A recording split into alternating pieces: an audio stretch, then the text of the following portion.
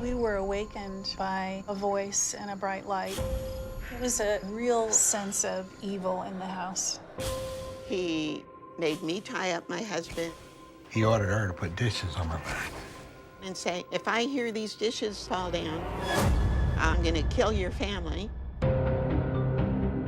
Patton Oswalt sitting here with Michelle McNamara, my wife, who's the writer of one of the best-written crime blogs. Michelle looked at it from the hopeful, putting puzzles together, trying to make sense of violence. I was in search of a man who was attacking women and girls throughout Northern California. And the great tragedy of this case to me is that it's not better known. The Irvine Police Department investigating an apparent homicide. He's called the Golden State Killer. This case is huge. Michelle would actually go to the crime scene and walk the case. Geographic connections, DNA profiles, genealogy websites. The first time she called me, I thought, she knows her stuff. So I started telling her things about my investigation.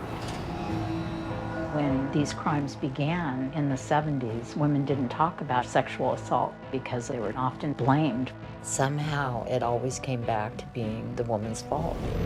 The story of the victims, it has to be told. He had cased the place. He knew to lift the glass out of the back window. I understood what it meant to have your skin crawl. And I'm thinking, is this really happening?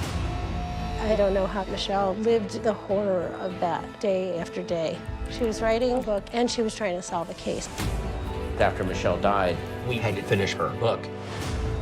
I'll be gone in the dark. You threatened the victim once. One day soon, you'll hear footsteps coming up your front walk. The doorbell rings. Take one of your hyper gulping breaths. This is how it ends for you.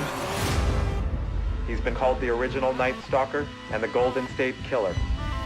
Today, it's our pleasure to call him Defender.